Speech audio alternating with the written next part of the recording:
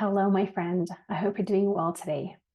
So, I'm in the middle of reading a book called Trust by Iyanla Vanzant. It looks like this. And in the first section of the book, she talks about trust in oneself. So, trust in yourself. And she has a whole section about boundaries. And boundaries is something I talk about with my clients a lot. What boundaries are, how to set them, how to maintain them, how to communicate them to other people.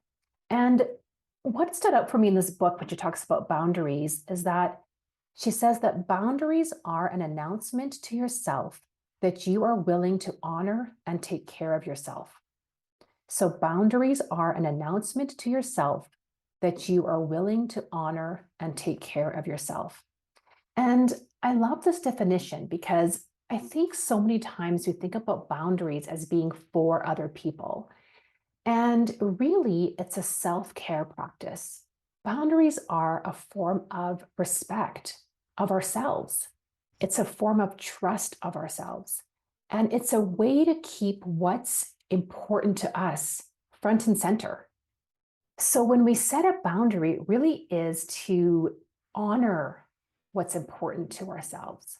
And it's a way to respect what's most important to ourselves. And so when you set a boundary and communicate it to others with kindness and with compassion and with love, then it's not going to come across as this hard line. And I know for me, and probably for a lot of you, is we don't want to hurt people. And I hear this from a lot of my clients. They say, I don't want to set a boundary, or I do want to set a boundary, but I don't really want to communicate it to others because I don't want to hurt someone. I don't want to hurt their feelings. I don't want to offend them. I want them to feel welcomed, and I want them to be part of my life. And I want them to be able to come and talk to me. And so they're hesitant to set that boundary because they feel that by setting that boundary, that it's not going to let people in, that it's going to offend people, or it's going to turn people off from being comfortable with them.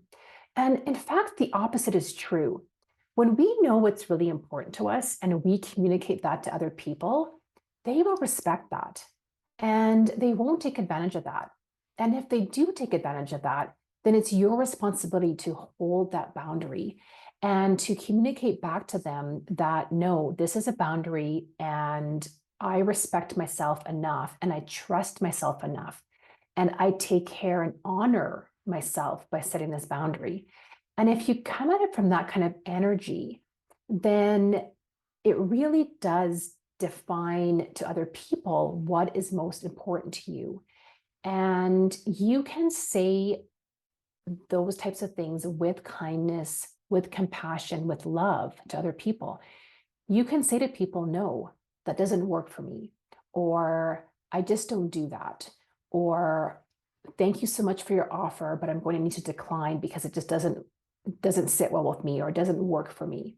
You don't have to go into explaining or justifying why you have that boundary, but you do need to know for yourself why you have that boundary. And so looking at it as a form of self-care and a form of self-respect, I really like, because you are the most important person in your life. And when you let people violate the boundaries that you've set, then you're not honoring and respecting yourself. And you're putting that person ahead of yourself and what's most important to you. And it's really critical to put yourself first and to put your values first. And boundaries and values are very closely connected, because what you value is what you're going to set boundaries around. And when we let people take advantage of that, or let people, like I said, violate that boundary, then all of a sudden we're not respecting and honoring what's most important to us. And so if you maybe look at it from that perspective, if you look at boundaries as a form of self-care and a form of respecting yourself, perhaps that will shift your mindset into how you communicate the boundary and your feeling around setting boundaries, knowing that you're putting yourself first. So hopefully that helps. I do recommend this book. Like I said, I'm only about a quarter of the way in. It's really interesting. There's lots of great points, lots of great stories in it. So if you're looking to do some reading around trust, then I encourage you to read this book.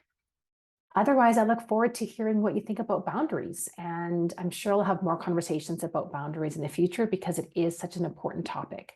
So I'm wishing you a wonderful day, and we'll see you again next time.